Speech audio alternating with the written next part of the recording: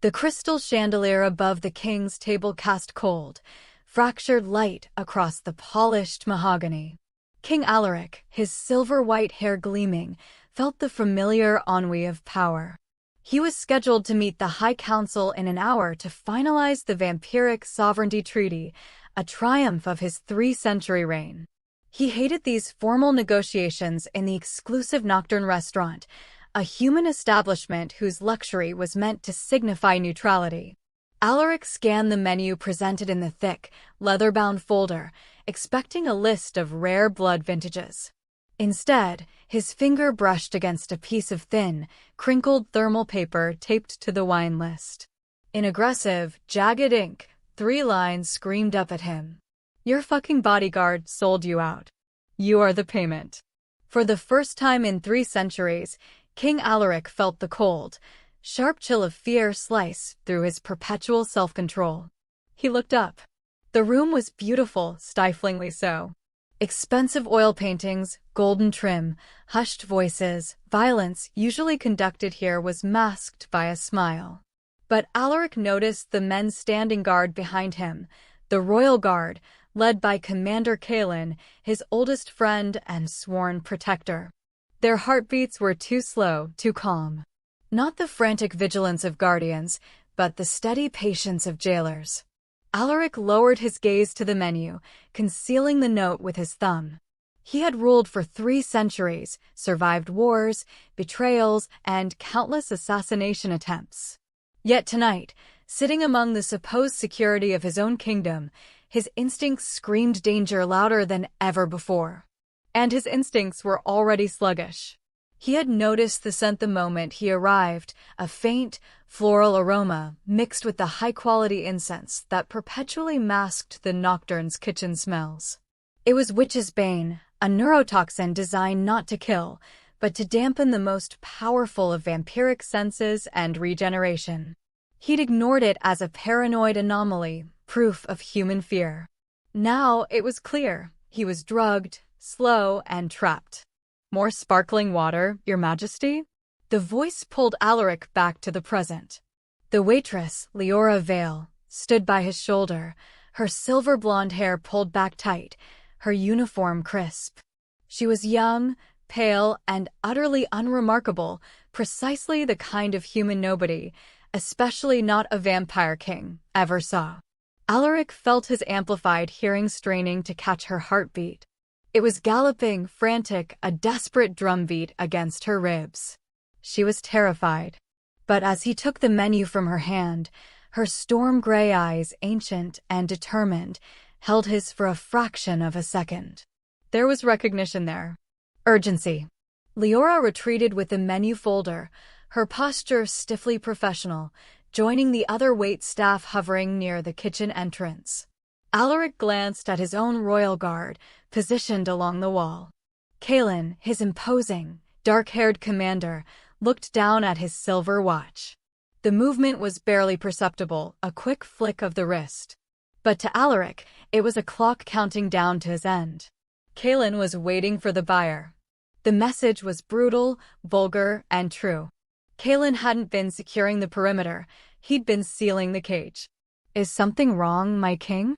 Alaric realized he had frozen, his black-gloved hands gripping the note. He forced himself to look serene, the face of a king who feared nothing. "Forgive me," he said smoothly, placing the crumpled note into his breast pocket. "The vintage selection here is always so overwhelming." The poison was already starting to work. He felt the familiar, gentle pulse of his vampiric regeneration, the aegis that protected him from all illness, throttled by the bane. He was trapped in a luxury box with a dozen of his own men, all traitors, all waiting for the signal to strike when the buyer arrived. If he refused the poisoned wine in his glass, which he now realized was a redundant prop, the bane being the real weapon, they'd know he was aware and attack immediately. If he called them out, the ensuing violence would still likely end in his defeat due to his weakened state. He needed to leave, now, before the buyer could secure the transaction. His eyes flickered to Leora. She was setting a small candle back down on a nearby side table. It was unnecessary, as the nocturne was lit by elegant electric chandeliers. She was close to an oil lamp positioned near a heavy velvet curtain. He didn't make a scene. He made a decision. I find I require a brief moment to freshen up before the arrival of the High Council, Alaric said, pushing his chair back with controlled grace. A matter of pressing etiquette. I shall return forthwith. Kalen's eyes flickered, his posture stiffening almost imperceptibly. Your Majesty, I can have one of the men escort you. Security protocols. Quite unnecessary, Commander. Alaric cut him off, his voice carrying the calm authority that brooked no argument. I believe I can find the king's suite myself. Alaric turned and walked toward the staff exit, away from the grand main entrance where the traitorous bodyguards were positioned. Every step was measured, unhurried, despite the agony of the witch's bane slowing his mind and dulling his muscles. As he reached the ornate service door, he caught movement in his peripheral vision. Kalen was moving, a silent command passing between him and the men behind Alaric. They were no longer waiting for the buyer. They were moving to intercept him. He had maybe 60 seconds before they breached the door.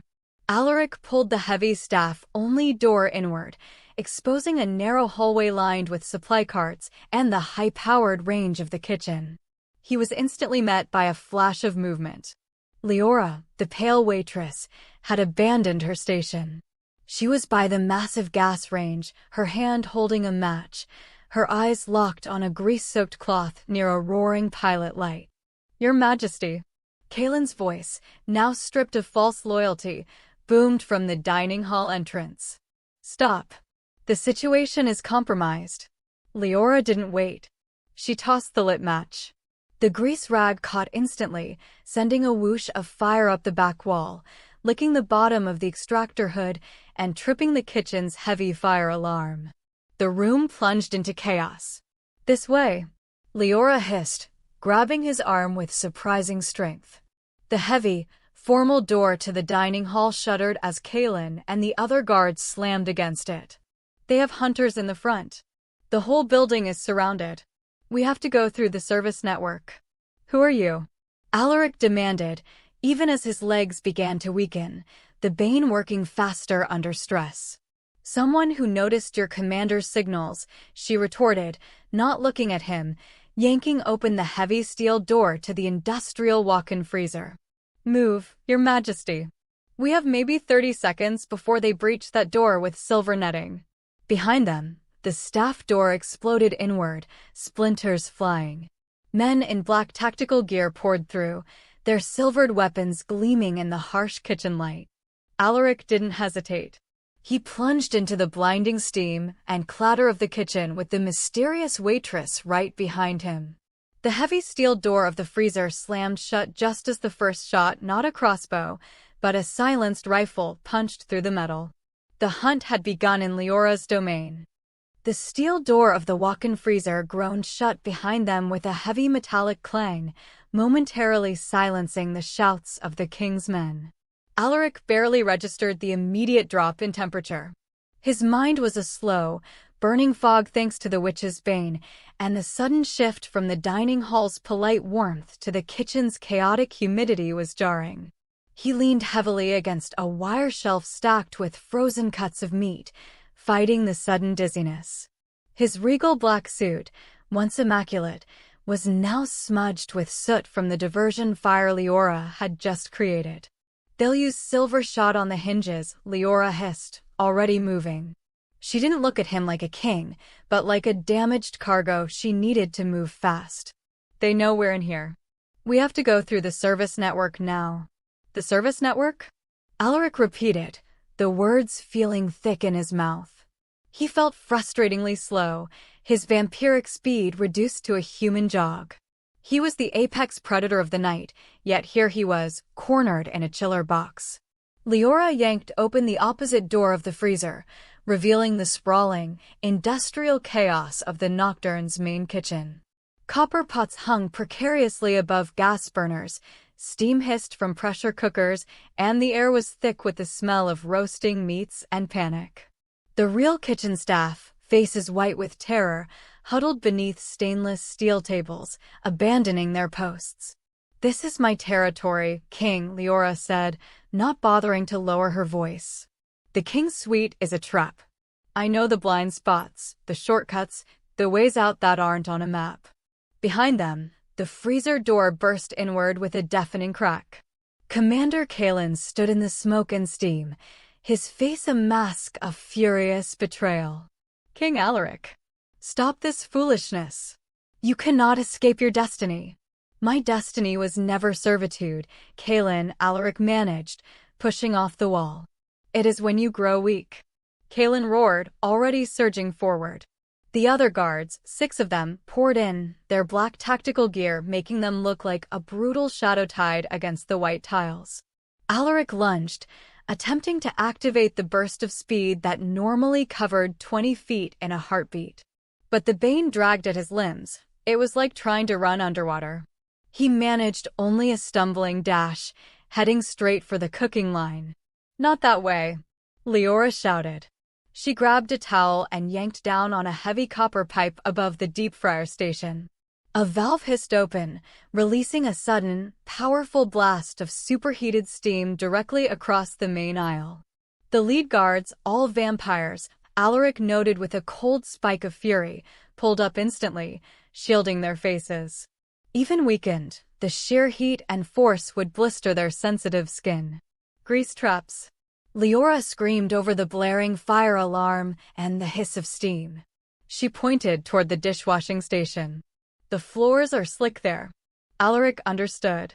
He cut left, leaping over the huge, oily, grease trap grate near the fryers.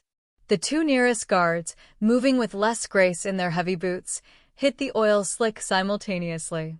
One crashed heavily into a rack of cooling pans. The other skidded into a stack of dirty dishes, sending ceramic shrapnel everywhere. Kalen, moving faster and smarter than the rest, bypassed the steam and the oil, vaulting over the dishwashing counter. He moved with the focused, deadly efficiency that Alaric himself had trained into him centuries ago. He carried a silvered stake, not a traditional wooden one, but a modern, machined weapon. "Your speed is gone, old friend." Kalen snarled, his voice vibrating with rage and triumph. "You have nothing left." He swung the stake in a wide, punishing arc Alaric blocked instinctively with his forearm. The silvered wood scraped his skin, and the pain was immediate and excruciating. Normally, the wound would stitch itself closed in seconds. Now, the poisoned blood beneath the scratch pulsed and the wound remained, weeping slowly. The Bane was holding his regeneration hostage. Alaric stumbled back, clutching his arm. He couldn't win this fight clean. Not yet. "King." Leora was scrambling near the prep station. She didn't have a weapon, but she had a solution.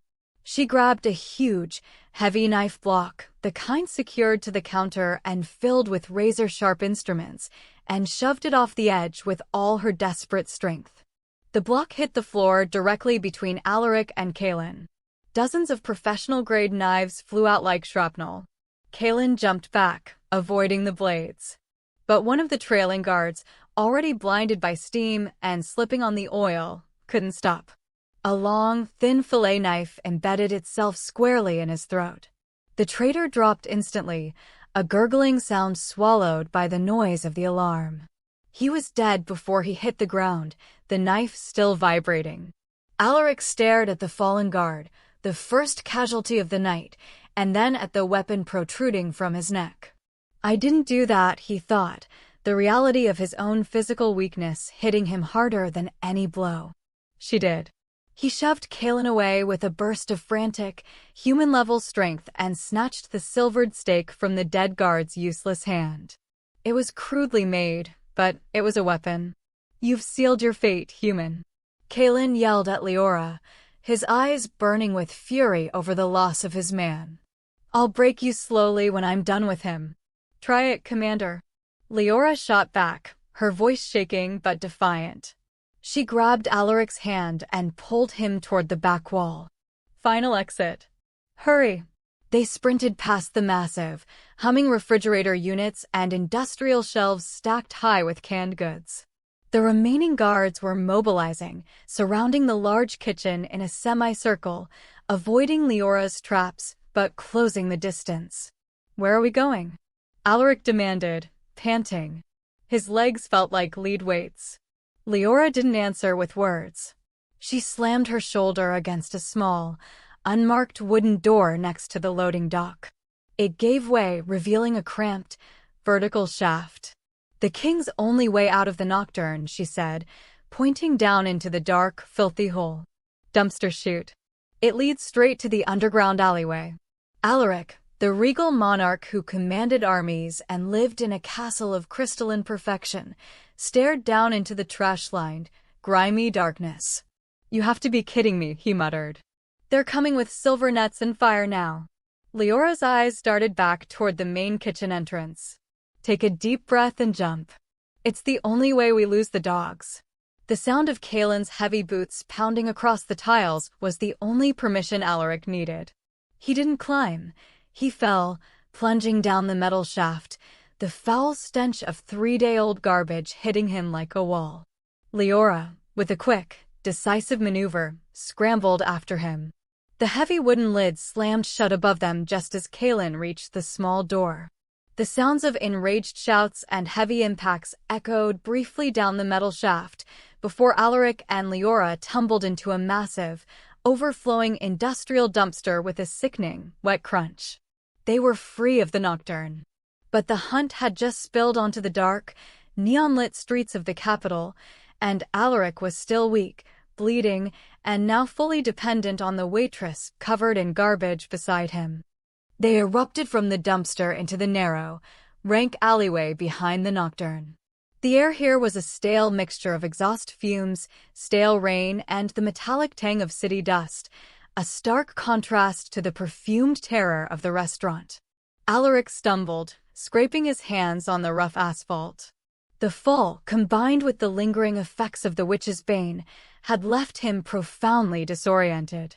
The neon glow from the city above bled through the cracks between the towering buildings, turning the shadows into sickly greens and violent purples. He pushed himself up, leaning against a graffiti-scarred brick wall, his breath coming in ragged, human gasps. The pain in his arm where the silver stake had cut him pulsed angrily, the slow, incomplete regeneration a constant, agonizing reminder of his weakness. For 3 centuries, he had moved through the world as an embodiment of power and grace. Now he was little more than a bruised shadow, tasting bile and defeat. We can't stay here, Leora muttered, already scrambling, her eyes scanning the alley.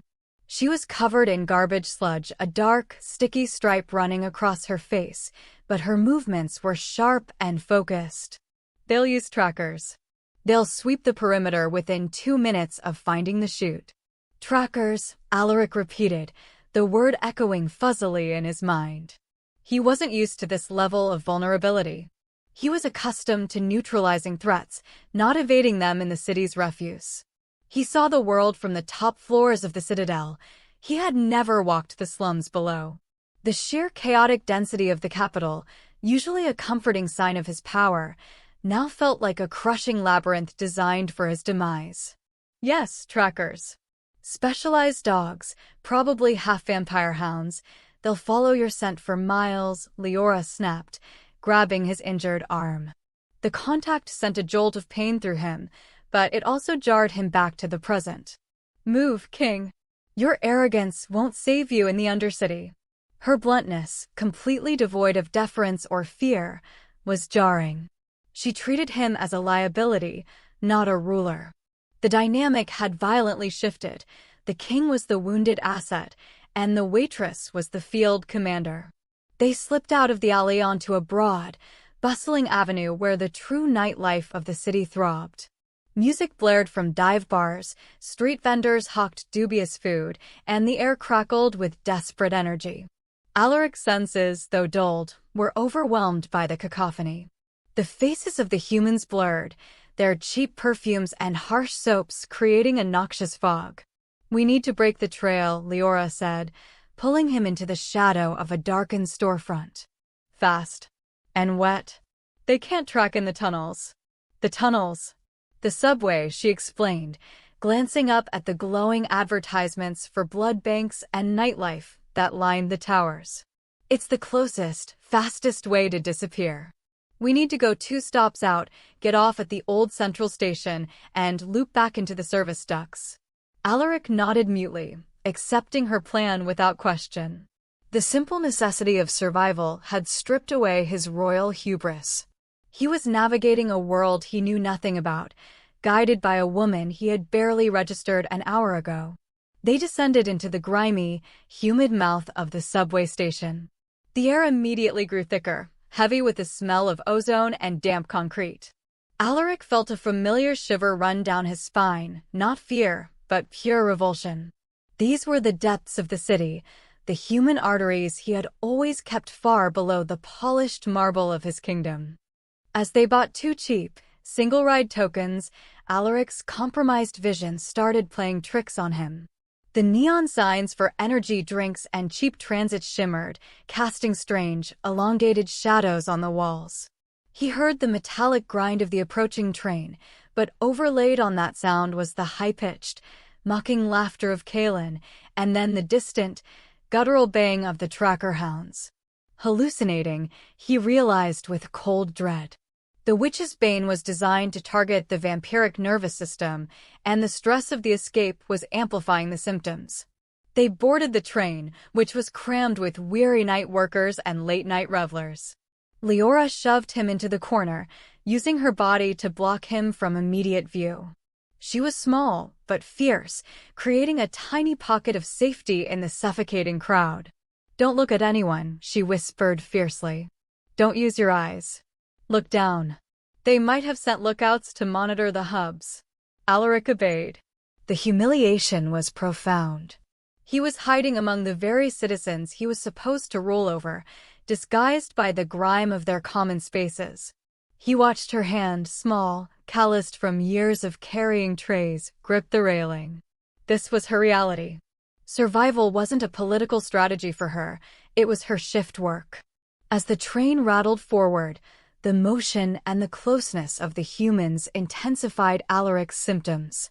He saw the faces of the passengers shift. One man's eyes glowed with silver fire, another's teeth sharpened into cruel fangs. He tasted copper on his tongue, the phantom taste of blood that wasn't there. "Leora," he murmured, the name a confession of his desperate state. "The poison. It's affecting my sight. And I hear things." Leora didn't flinch. She simply squeezed his wrist, a gesture of comradeship, not servitude. "The bane targets your brain. It makes you see monsters because it wants you to act like one. Ignore it. Focus on the metal, the screech, the motion. Human noise." She began describing the train stops in rapid succession, forcing him to ground himself in the mundane reality of the city he had forgotten. First stop, East Market. Too many cameras. Second, Old Foundry. Too many gang signs, easy ambush. "We get off at 3 crossings," she directed. It's an older station, rarely patrolled, and the service tunnels are massive. He forced himself to listen to the rhythmic click of the tracks, the announcer's mechanical voice, the mundane reality of human transit. He focused on Leora's smell, not perfume, but the honest scent of sweat, fried food, and determined adrenaline. She was his anchor. When the train finally ground to a halt at the 3 Crossings station, Leora moved with surgical precision. She pulled him onto the platform, guided him past the last straggling commuters, and shoved him toward a low, heavy door marked electrical maintenance. "If they track you here, we are trapped," Leora said, bracing herself against the door. "But I know these ducks. My brother used to work down here. They're my home turf." With a heavy grunt, she broke the rusted lock. Alaric didn't need to ask who they were. The hunt was far from over, but for the first time since the note, Alaric felt a flicker of hope. It wasn't derived from his own power, but from the raw, resilient, human ingenuity of the waitress who had saved him.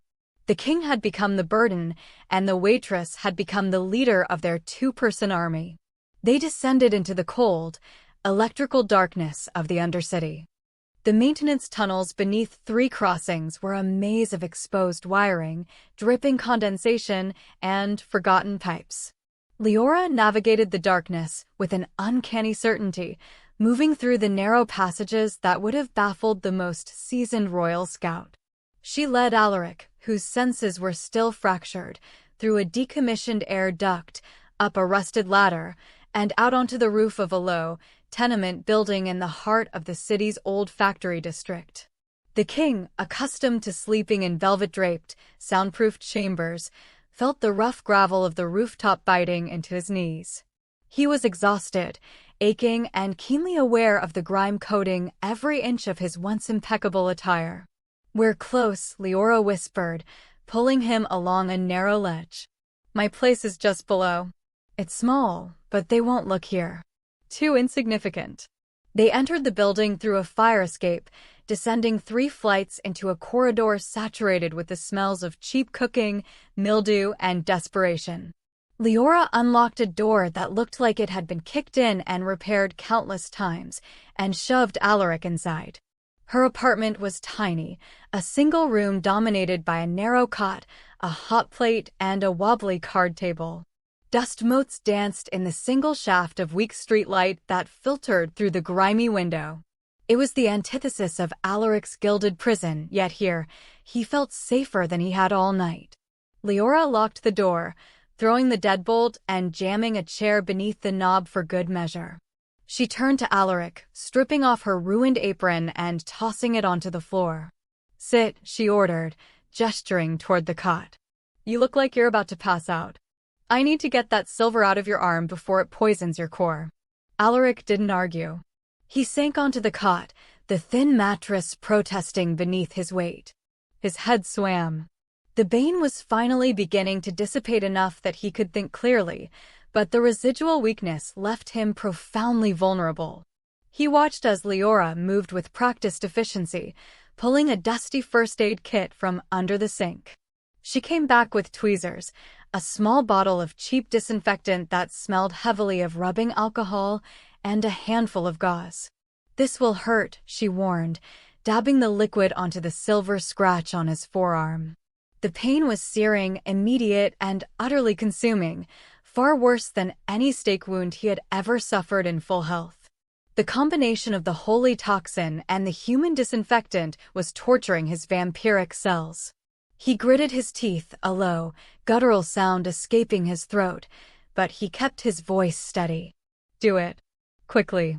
Leora worked meticulously, her brow furrowed in concentration. She used the tweezers to carefully extract the microscopic shards of blessed silver that had broken off the stake's tip. Her touch was firm, not gentle, focused entirely on the task. As she worked, Alaric watched her face in the dim light. She was young, likely no older than 25, but exhaustion and the grim realities of her life had etched deep lines of weariness around her eyes. She was a human, a creature he had always viewed as ephemeral and weak, yet she had moved with more courage and effectiveness tonight than his entire royal guard. When she finished, wrapping the wound tightly with gauze, the silence in the cramped room was suffocating. "Thank you," Alaric said, the words feeling foreign and heavy on his tongue. He had never needed to thank a human for anything but service. Leora simply packed her supplies away. She didn't look for praise or payment. Alaric finally asked the question that had burned since he read the note. He kept his voice low and steady. "Why? Why save a monster you served?" Leora turned from the sink, leaning back against the chipped Formica counter. Her eyes, storm gray and utterly devoid of pity, met his. "I didn't save a monster for love, King Alaric," she stated flatly. "I saved you for revenge." Alaric stiffened. "Explain." "The silver hand. The ones Kaelin sold you to. They're not just bounty hunters, they're fanatics," she said, her voice dropping to a low, intense register. 2 years ago, they swept through this district on a cleanse. They weren't after true vampires, the ones with power. They were hunting the half-bloods and the weak ones. My brother, Elias, he wasn't a half-blood. He was human. But he was an engineer, always poking around the power grids, the old service tunnels, too curious. A raw, painful breath escaped her. They used him as bait. Said they needed a lure to draw out a nest in the tunnels. They tortured him, and when they didn't find what they were looking for, they didn't let him go. They killed him for sport. To send a message. And you, she continued, pointing a finger at his chest, your laws, your guards, your peace treaties, they did nothing. You didn't even know his name. Alaric felt a profound sense of shame, sharp and unwelcome. He truly hadn't known. His vast kingdom often felt distant, an abstraction governed by treaties and political maneuvers, not by the deaths of individual humans in the dark. Kalen's masters, the ones funding his coup, they're the same fanatics who killed my brother, Leora concluded, her gaze unwavering. They are the Silver Hand. I saw Kalen meeting one of them 2 weeks ago, exchanging a symbol. I didn't know what they were planning until tonight, when I saw the coded signal passing between him and the other guards. You are the payment they need to cement their power. If I let them take you, they get the money, the political sway, and the freedom to wipe out every single thing they hate in this city, including me and everyone like me. She paused, taking a deliberate, ragged breath. You are the biggest, loudest target they have. You draw all their attention. I saved you so you can destroy them. Nothing more. You are a means to an end. The sheer, unflinching honesty of her motive was stunning. It wasn't the blind loyalty of a subject, nor the terrified adoration of a peasant, but the cold, calculating, tactical logic of a survivor. She saw him not as a king, but as a weapon. Alaric leaned back against the wall, absorbing the revelation. This human, this waitress, had just risked her life, not for his crown, but for a personal vendetta against his enemies. Her grief was her fuel, her knowledge of the Undercity was her defense. In that small, run-down room, the Vampire King gained something more vital than his full strength, a new respect for human resilience. He had always dismissed humanity as fragile. But Leora Vale, with her small apartment and her massive, burning hatred for the fanatics who took her brother, possessed a strength that centuries of vampiric power could never buy. She was utterly self-sufficient, focused, and deadly in her resourcefulness. Elias Vale, Alaric said, testing the name. I won't forget it again. He looked at the tiny cot, the meager belongings, the evidence of a life lived on the fringes of his opulent world. The bane will be fully gone by midnight, but my speed won't return until I can feed properly. We need a plan. If the Silver Hand and Kalen believe I am captured or dead, they will start the next phase of the coup. Where will Kalen finalize the exchange? Leora's eyes narrowed, the fierce light of vengeance rekindled. The Citadel. They will want to seize the throne room immediately to confirm their political victory. Kalen will be there. And the leader of the Silver Hand will be there to collect the payment. The burden of command was slowly shifting back to the king, but the voice of the strategy was now unequivocally Leora's. The king was no longer solitary. He had found his unlikely, brutally honest partner. The single hour they spent in Leora's apartment, the quietest hour Alaric had known in centuries, was enough to clear the lingering fog of the witch's bane. While his supernatural speed was still muted and his regeneration sluggish, the clarity of his mind had returned, sharp and demanding. He paced the small room, for measured steps in one direction, for back, while Leora sat on the edge of her cot, watching the flickering television screen. The screen, covered in static and dust, was broadcasting an emergency news alert. A stern-faced anchor, a vampire favored by the more conservative members of the High Council, spoke over a grainy image of the Nocturne restaurant, surrounded by uniformed guards. We interrupt this broadcast for a grim development, the anchor announced, his voice solemn. Earlier this evening, A horrific act of violence was perpetrated against the crown.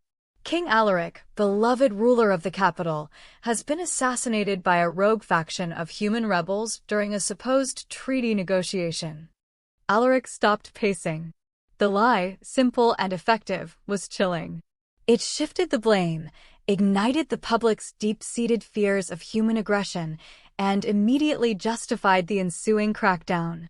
Commander Kalen, the anchor continued, of the Royal Guard, has confirmed the king's demise. He has, with the unanimous support of a hastily convened emergency council, declared martial law across the capital, citing an unprecedented terrorist threat to the state. The broadcast switched to live footage. There was Kalen standing on the steps of the royal citadel, backlit by the imposing bronze doors. He looked regal, decisive, the perfect image of the strong hand taking charge in a crisis. "My brothers and sisters," Kalen's voice boomed, amplified and echoing through the capital's square. "Tonight, the enemies of our prosperity have struck a cowardly blow. King Alaric's reign of weakness and compromise with the human element has cost him his life. But his sacrifice will not be in vain. I will personally ensure that these so-called rebels, these human terrorists, are extinguished. Under my command, order will be restored, and the true sovereignty of the vampire nation will be re-established." Leora switched the television off, the abrupt silence feeling heavier than the broadcast. "There it is," she said, her voice dry. "The coup is officially underway." He seized the narrative and the city. Alaric turned from the dark screen, his face a mask of cold fury. This was far more than a simple act of revenge against him. Kalen hadn't just sold his king, he was selling the entire concept of peace and measured rule. Kalen's words, laced with anti-human rhetoric, were the start of a tyrannical regime. "He's using me as the sacrificial lamb to justify tyranny," Alaric realized. "He has taken the throne by manufacturing a war. And he's declared all humans rebels," Leora pointed out, her knuckles white as she gripped the cot's frame. "That means mass arrests, random killings, and the return of the old persecution policies. My brother's death was a preview of what Kalen's true sovereignty will look like for people like me." The internal stakes of the conflict had just exploded outward. This was no longer just about Alaric's survival or even his personal vengeance against a traitorous friend. He had to stop Kalen to prevent a civil war and a genocide against the human population, the very people he had spent centuries trying to protect with his treaties. He had to stop the reign of terror Kalen was proclaiming. "The transaction," Alaric focused, his mind turning to the logistics of the betrayal. "Why the urgency? Why midnight?" "Because that's when the Silver Hand operates," Leora explained, pulling a battered, old map of the Citadel's sublevels from beneath her cot. It was annotated with strange symbols and red ink. "The full payment isn't just gold. It's what they get in return for handing over the king's body to Kalen for a public display." She pointed to a symbol on her map, a stylized, crystalline teardrop near the throne room's vault. "Kalen doesn't want money. He wants power he doesn't have. The Silver Hand is rumored to possess a powerful, ancient magical object, the heart of Saint Volkov. Legend says it was blessed by the First Holy Order and grants its owner near invincibility against all non-sacred attacks." Alaric's eyes widened. "The invincibility artifact. It's a myth." "It's the payment," Leora insisted. "Kalen wants to be untouchable. He sells you, the symbol of peace and weakness, in exchange for the one thing that will ensure he can never be overthrown. If he possesses that artifact, he will cement his militant rule forever. The handover of the king and the artifact will happen at the stroke of midnight in the Citadel's basement treasury, just before Kalen is officially crowned at dawn." The pieces of the conspiracy clicked into place, forming a terrifying picture. Kalen used the assassination as the cause, martial law as the means, and the artifact as the ultimate prize. Alaric had to stop the transaction, not just the coup. "We have until midnight," Alaric stated, glancing at the small, cheap alarm clock on the card table. It was nearing 10 p.m. 2 hours. Not nearly enough time. He felt the full weight of his responsibility settle upon him, the duty he had almost sacrificed to complacency. His flaw arrogance had nearly cost millions their lives. He had to return to the Citadel, the most heavily fortified structure in the kingdom, now controlled by the very man who wanted him dead. Alaric turned to Leora, his eyes holding the cold, regal fire that had been absent all night. We go back to the Citadel. We interrupt the transaction, expose Kaelin's treason, and reclaim the throne. This is no longer about survival, Leora. It's about saving the city from Kaelin's tyranny. Leora met his gaze, the determination in her eyes matching his own. She pointed to the detailed, hand-drawn map. Good. We used the old sewage and ventilation tunnels my brother mapped out. The ones under the treasury vault. It's the only path Kaelin won't have covered. The king and the waitress had the target, the deadline, and the route. They were going to the only place Alaric was absolutely guaranteed to die, home. The 2 hours allotted for planning and infiltration vanished in a haze of adrenaline and frantic strategy. Alaric, though now mentally recovered, was far from the sovereign powerhouse Kaelin feared. His regenerative speed was still sluggish, his vampiric strength hovering at perhaps 70%, enough to subdue a few humans, but not to fight his way through a castle full of elite, silver-wielding guards. Storming the Citadel was suicide. They studied Leora's brother's meticulously annotated map, the blueprint of a hidden world beneath the king's public domain. The ventilation and sewage system, known intimately by only a handful of maintenance workers and engineers, offered a back door directly into the Citadel's lowest levels, right beneath the treasury vault where the exchange was scheduled. Kaelin expects us to be running, hiding, or dead, Alaric murmured, tracing a finger over the map, his mind working with the cold, strategic precision that had earned him his crown. He doesn't expect defiance. And he certainly doesn't expect me to be the very object he's trying to sell. Leora, who had been focused on the complex web of electrical conduits running through the sublevels, looked up, her expression a mix of awe and calculation. You're using yourself as bait. The ultimate Trojan horse. Precisely, Alaric confirmed. We cannot fight Kaelin's entire fortified army. But we don't need to. We only need access to the transaction chamber and one moment of confusion to tip the scales. The plan was audacious, relying entirely on Kaelin's arrogance and Alaric's compromised state. Phase 1. The infiltration. Leora, utilizing her brother's coded access routes, would guide Alaric through the ventilation tunnels until they were directly beneath the Citadel's central power hub. Phase 2. The diversion. Leora would leave Alaric and use her knowledge of the grid to create a tactical diversion, plunging the central treasury area into absolute darkness at the critical moment of the transaction. My brother taught me how to trip the central circuits without blowing the main power supply, she'd explained, tapping a point on the map. Just enough to cause panic and kill the security cameras. Phase 3. The surrender. While Leora executed the diversion, Alaric would walk out of the tunnels and into the hands of the lowest-level guards patrolling the basement. He would pose as a defeated, weak, and exhausted prisoner, the dead king miraculously captured. Kaelin, arrogant and desperate to display his prize before the exchange, wouldn't risk having Alaric killed. He would rush the trophy to the treasury immediately. It cuts the line of traitors we have to fight from 100, down to the 3 men Kaelin trusts to guard the exchange, Alaric reasoned, pulling off his soot-stained coat. Underneath, his black vest was surprisingly intact. He looked every bit the captured monarch. Leora packed a small satchel, not with weapons, but with wires, a voltmeter, and a handful of powerful, flash-grade magnesium flares. Darkness is your strength, King. But I'm still your eyes, and Kaelin knows your moves. We need the edge of pure chaos. They re-entered the cold, steel labyrinth of the maintenance tunnels. The smells were worse this time, sewage, oil, and the deep, dusty scent of ancient stone. They moved silently, side by side, the king relying entirely on the guidance of the former waitress. They spent an agonizing hour crawling, climbing, and pushing through ducts, the close quarters forcing Alaric to accept a level of intimacy and dependency he'd never before allowed with a subject. As they reached the access shaft leading up to the power hub, Leora paused.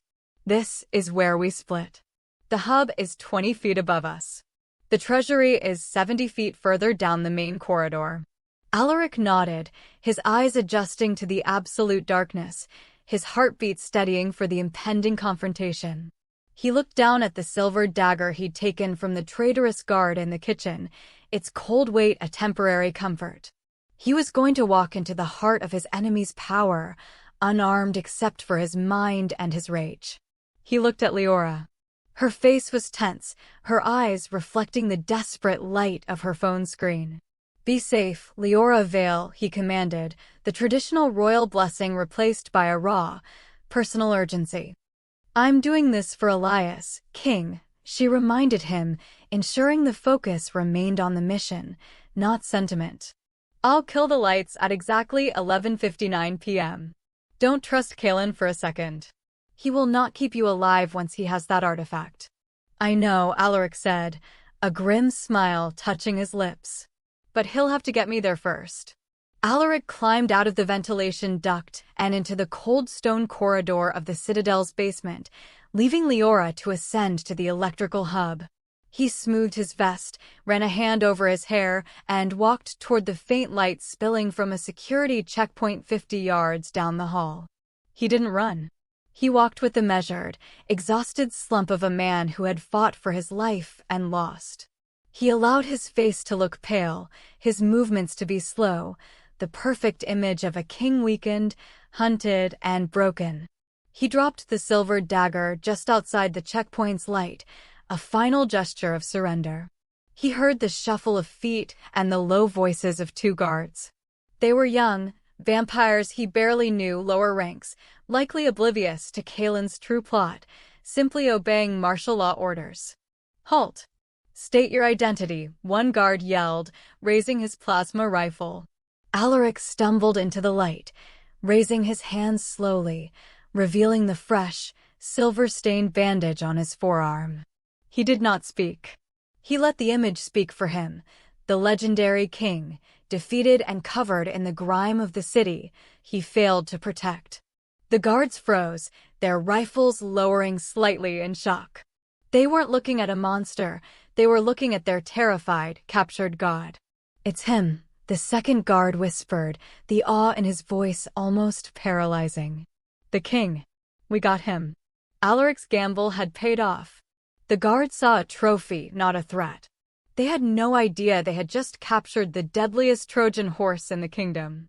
The doors to the citadel had just opened wide for the king's return. The 2 young guards were beside themselves with excitement and terror, handling Alaric as if he were priceless, volatile cargo. They quickly shackled his wrists with thick iron cuffs, not silver, which would be unnecessary for a weakened king, and radioed their superior with panicked, glorious urgency.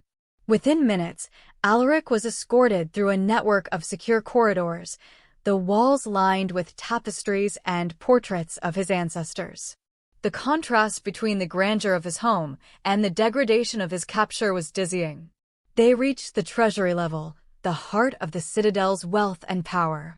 This section was heavily guarded, but Alaric noticed something telling. All the guards were Kalen's loyalists, the ones Alaric had trained personally, their eyes cold and their movements ruthlessly efficient. There was no loyalty to the crown here, only to the coming new regime. The guards shoved Alaric through a massive, bronze-plated door into the treasury vault. The room was not built for comfort, but for security. It was a cavern of polished black marble, dominated by a huge, iron-banded vault door and lit by harsh, cold spotlights that illuminated every corner. And in the center of the room, standing over a heavy granite display table, were the traitors. Commander Kalen stood tall and triumphant, wearing his full ceremonial armor, the gear he usually reserved for state functions. His helmet was off, revealing a face twisted into a sneer of victorious cruelty. Beside him stood a man who was clearly Bishop Silas, the leader of the Silver Hand. Silas was human, dressed in austere, fanatic robes embroidered with silver thread, his eyes burning with zealotry. He held a small, dark wooden casket clutched to his chest, the vessel containing the heart of Saint Volkov, the artifact that would grant Kalin invincibility. A single, heavily armed team of 6 royal guards stood watch, their plasma rifles trained on Alaric. "Behold, my king," Kalin announced, his voice booming and echoing off the stone walls, savoring the moment. "The spoils of weakness." The guards shoved Alaric forward, his chains rattling loudly, and forced him to his knees before Kalin. "Kalin," Alaric ground out, forcing a display of exhaustion and pain into his voice. "This is treason. The High Council will tear you apart." Kalin laughed, a harsh, barking sound. "The High Council is presently endorsing my declaration of martial law, old fool. They saw your softness, your concessions to the human rebels, and they agreed. You were a liability. I am the future. And you're merely the payment." He stepped closer, kicking Alaric's leg with the toe of his polished boot. "Look at you, crawling in the dirt. All 3 centuries of your reign undone by a little bit of perfume smoke and the scribbled note of a terrified, insignificant waitress. Tell me, Alaric, was it worth trusting the humans?" Alaric raised his eyes, allowing them to burn with hatred, but maintaining the exhausted tremor in his jaw. "You sold your loyalty for a trinket, Kalin. You trade the peace I secured for a cheap piece of magic." "Not cheap." Bishop Silas interjected, stepping forward, his eyes fever-bright. He placed the dark casket reverently onto the granite table. "This is the true grace of the heavens. This is the tool that will purge the stain of the vampire blight from the realm. You, Alaric, were simply the necessary catalyst for true order." Silas opened the casket. Resting inside on a bed of faded velvet lay the artifact, a small, dark red crystal, pulsing with a faint, internal light that felt like static electricity against Alaric's skin. It was undeniably powerful, shimmering with holy energy. Kalin's eyes were locked on the crystal, his greed palpable. "The transaction is complete, Bishop. The king is here. Weakened, captured, ready for your—" Silas didn't wait. He moved forward, his hand reaching for the iron shackles around Alaric's wrists. "We require the bloodline for a sanctification ritual before the dawn coronation. We will purify his essence and then present his husk to the masses." Alaric had walked into the trap, and the jaws were closing. He had bought himself time, but now he was moments away from being physically compromised and sacrificed. He needed the diversion now. He glanced at the clock displayed high on the vault wall. 11:58 p.m. "Wait," Alaric said, coughing weakly. "At least allow me to see the face of the man who finally succeeded." Kalin, intoxicated by his victory and the approaching moment of invincibility, paused, reveling in the control. Silas, however, was impatient, already pulling a wickedly sharp silver lancet from his sleeve. The clock ticked over. 11:59 p.m. "Come on, Leora," Alaric silently pleaded. Silas raised the lancet, aiming for the major artery in Alaric's neck. Kalin watched, still smiling. 11 hours, 59 minutes, and 58 seconds. 59. The second Silas brought the silver tip down toward Alaric's skin, the entire treasury vault plunged into absolute, total darkness. The high-powered spotlights died instantly. The emergency battery lights, which should have immediately kicked on, failed simultaneously, thanks to Leora's precise tampering with the circuit board. Panic erupted. "What in the hell?" Kalin roared, his voice laced with confusion and sudden, panicked fury. "The lights! Where is the king?" Silas shrieked, dropping the silver lancet, which clattered on the marble. The guards were immediately disoriented. Vampires were creatures of the night, but they were used to controlled darkness, not absolute, unexpected, tactical blackness inside a fortified stone bunker. Their enhanced vision was useless against Leora's thorough cut of the power grid. But in the center of the dark, shackled on the cold stone floor, King Alaric was home. The absolute dark, which terrified his captors, was Alaric's native element. The witch's bane was fading fast, adrenaline surging through his system, and the sheer chaos of the room provided the cover his compromised strength desperately needed. Alaric didn't hesitate. He rolled, using the momentum and the weight of his chains to sweep the legs of the nearest guard. The guard crashed down hard, his rifle discharging harmlessly into the ceiling. Kalen was shouting orders, but his voice was erratic. "Guards, form a perimeter. Kill the human, Silas. Don't let him near the main power." But Leora was not in the vault. And Alaric was already moving. He was still shackled, his strength at 70%, but he was faster than any human, and now he was invisible. He was a silent, lethal shadow among his panicked enemies. The game had changed. The hunters were blind, and the trapped prey had just become the predator. Alaric, the king who had posed as a defeated prisoner, was ready to unleash 3 centuries of pent-up fury. The treasury vault became a soundless, sensory nightmare for the traitors. In the absolute darkness, Alaric was no longer the wounded asset. He was a wraith. The heavy iron chains binding his wrists, once symbols of his capture, were now used as blunt, swinging weapons. The first guard, confused and yelling Kalen's name, was taken down quickly. Alaric, navigating by scent, sound, and a subtle energy signature unique to the silver-laden vests worn by Kalen's loyalists, struck with surgical precision. The iron cuffs connected with the side of the guard's skull, a sickening, dull impact that dropped the man instantly. Alaric quickly stripped the man of his belt, securing his plasma rifle to prevent Kalen from using it. Bishop Silas, the silver hand fanatic, was the easiest prey. He was screaming ritual prayers, blinded by both the darkness and his terror, scrabbling desperately to retrieve the heart of Saint Volkov from the display table. Alaric found him by the scent of his expensive, human-made robes.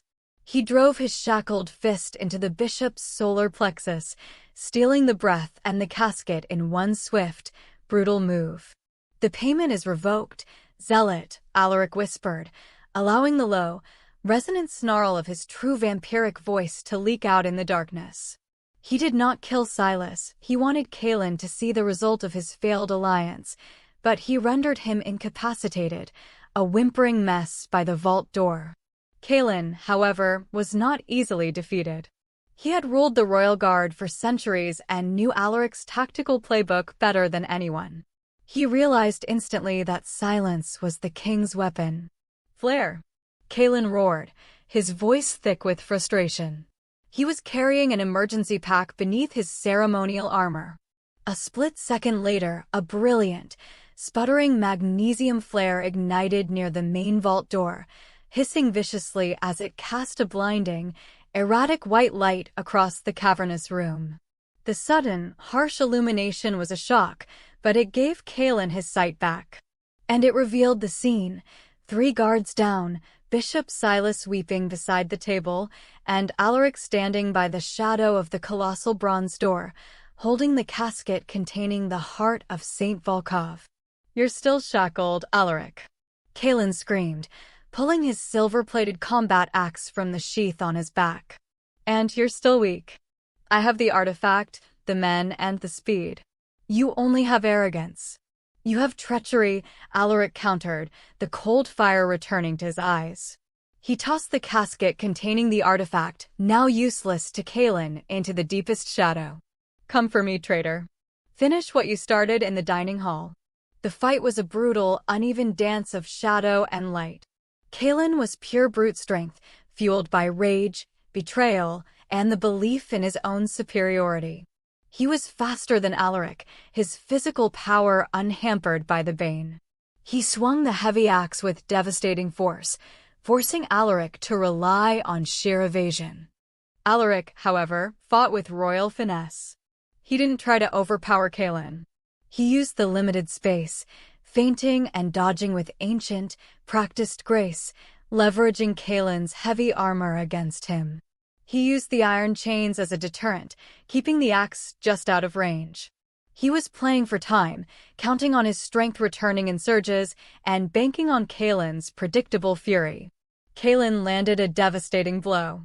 The flat of the axe head caught Alaric in the ribs. The king was thrown against the granite wall. He felt 2 ribs crack, a minor injury at full strength, but now a crippling pain that drove the air from his lungs. He slid down the wall, gasping, the adrenaline finally giving way to the pain. Kaelin stood over him, lifting the axe high for the finishing strike, his face contorted in a triumphant sneer. "You failed, Alaric. Your compassion made you soft. This is the end of the line." The axe began its downward sweep toward Alaric's exposed neck. It was moving too fast. Alaric couldn't evade, couldn't summon the strength to block. He closed his eyes, accepting the final blow. Then, there was a deafening sound of stressed metal, followed by a terrifying shriek. Not the axe. Above Kaelin, the heavy, ornate gold and bronze chandelier that illuminated the treasury's entrance suddenly tore free of the ceiling cables. It crashed down with tremendous force. Kaelin roared in shock and agony. The massive fixture hit him square on the armored shoulder, pinning his right arm and driving him face-first into the cold marble floor. The silver-plated combat axe skittered away into the darkness. Alaric looked up. High above the chaos, in the shadows of the ventilation shafts she had tampered with earlier, was a fleeting glimpse of a small, pale face. Leora. She hadn't left. She had climbed into the rafters, using her intimate knowledge of the Citadel's engineering to turn a piece of gaudy decor into a lethal trap. The Waitress as the angel of death. Alaric scrambled to his feet, ignoring the searing pain in his ribs. Kaelin was thrashing beneath the massive chandelier, pinned but not defeated. "Leora, get out!" Alaric yelled up to the darkness, knowing the sound would draw the remaining loyalists. Kaelin managed to drag his left arm free, reaching for the small, sheathed dagger he kept strapped to his boot, the same custom-made silver-pummeled dagger Alaric had given him 300 years ago when he first swore allegiance to the throne. But Alaric was faster. He kicked the dagger free, sending it spinning across the floor. He retrieved it, holding the familiar hilt in his hand. The weight of 3 centuries of shared history settled heavily on him. Kaelin, seeing the dagger, froze, the realization of his final, total defeat dawning on his face. "Alaric, please, we were brothers." Alaric looked down at the traitor, the man who had sold his life, his throne, and his city for a myth of invincibility. Alaric could use magic. He could drain him. He could tear him apart with his hands. But Kaelin had to fall by the weight of his own betrayal. A king's weakness, Alaric rasped, leaning close, his eyes burning with the cold light of vengeance. "Is thinking you could ever own me?" Alaric drove the silver-pummeled dagger, Kaelin's own token of loyalty, straight through the small gap in the commander's armor, severing his heart. Kaelin's eyes went dull, his body slackening beneath the weight of the chandelier. The clang of the heavy outer door opening, the remaining guards had finally arrived, was too late. The fight was over. The traitor was dead. Alaric stood over the wreckage, breathing hard, the silver dagger heavy in his hand, victorious but deeply wounded. He was the king, alone in the darkness, surrounded by the fallen. He had survived not by his power, but by the resourceful ruthlessness of the one human he had trusted. The vault was silent except for the slow drip of blood on marble and the hiss of the dying flare. Alaric stood among the wreckage, breathing smoke and dust, aware that victory had come at the price of everything familiar. Outside, somewhere beyond the citadel walls, the first wind of dawn began to stir. Dawn broke over the capital, a pale, hesitant light struggling to penetrate the gloom of the massive citadel. The fighting was over. The loyalist forces of the royal guard, those who had been tricked into believing Alaric was dead and Kaelin was the legitimate protector of the realm, quickly rallied when they found the king, battered, bloodied, but undeniably alive, standing over the bodies of the traitors in the treasury vault. The coup had collapsed with the death of its commander. Bishop Silas and the surviving Silver Hand conspirators were immediately arrested. Alaric spent the following hours cleaning house, systematically purging Kaelin's network from the royal guard and the shadowy corners of the council. He had won a swift, brutal victory, reclaiming his throne before the city could fully awaken to the chaos of martial law. 3 days later, Alaric sat upon the black throne of the vampire kingdom. His regal armor had been replaced by a simple, high-collared black tunic, which could not entirely hide the lingering bruises on his neck and the stiffness in his healed ribs. The witch's bane was finally gone, his true strength returning in slow, steady surges. He was the king again, the master of his domain, but the victory tasted like ash and cheap disinfectant. The courtroom was quiet, filled with the subdued, watchful presence of the restored loyalists. They stood in hushed anticipation, their eyes constantly flicking toward the massive scorch mark on the floor where Kaelin had fallen, and then to the small, unremarkable figure standing under guard near the side entrance, Leora Vale. The court expected justice.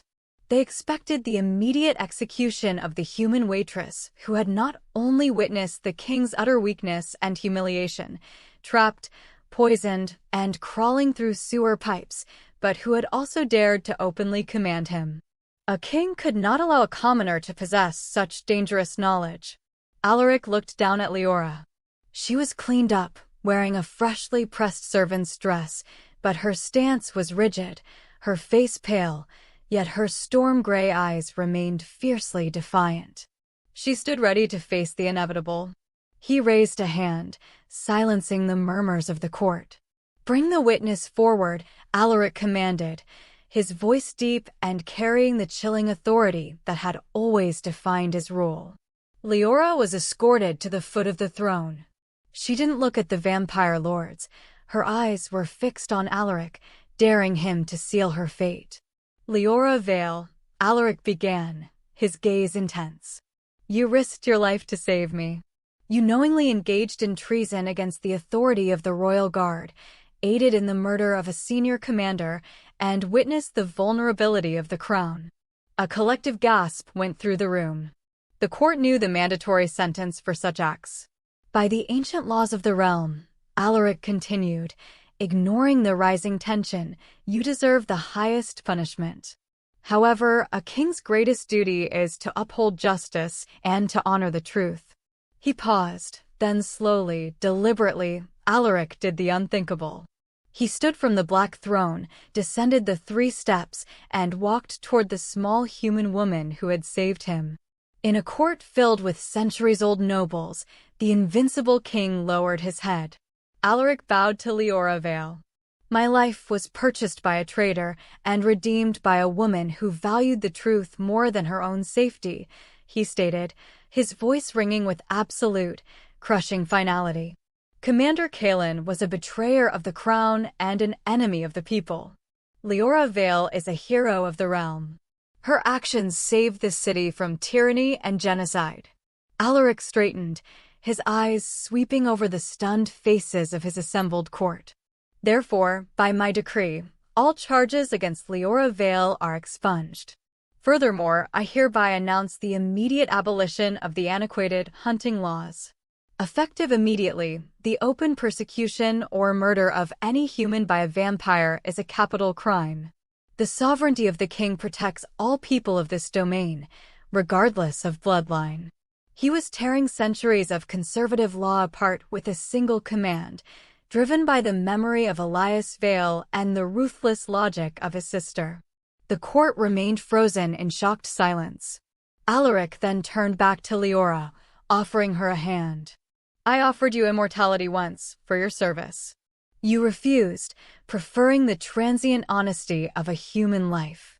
"I did," she confirmed quietly. "I want to live my life, King. Not your eternal war." "Then live it, but not far from the citadel," Alaric decreed. "You are the only person who saw me at my weakest and did not seek to exploit it." You are the only person whose advice I trust absolutely, because you have proven your loyalty lies not with the crown, but with justice itself." He placed the newly issued seal of the royal advisor, a simple, unmarked silver disc, into her hand. "You will not serve me as a servant, Leora Vale. You will stand by my side as my royal advisor for human affairs. You will be the bridge between my world and the Undercity, ensuring that the king never again forgets the names of the people he is sworn to protect."